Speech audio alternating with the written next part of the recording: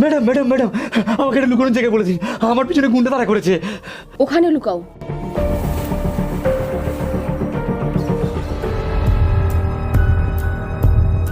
Madam, একটা ছেলেকে bag নিয়ে ছুটতে দেখেছেন?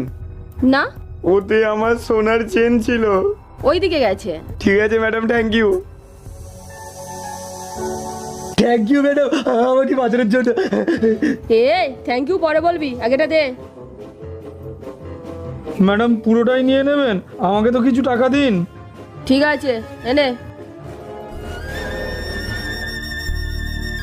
Thank you madam, thank you.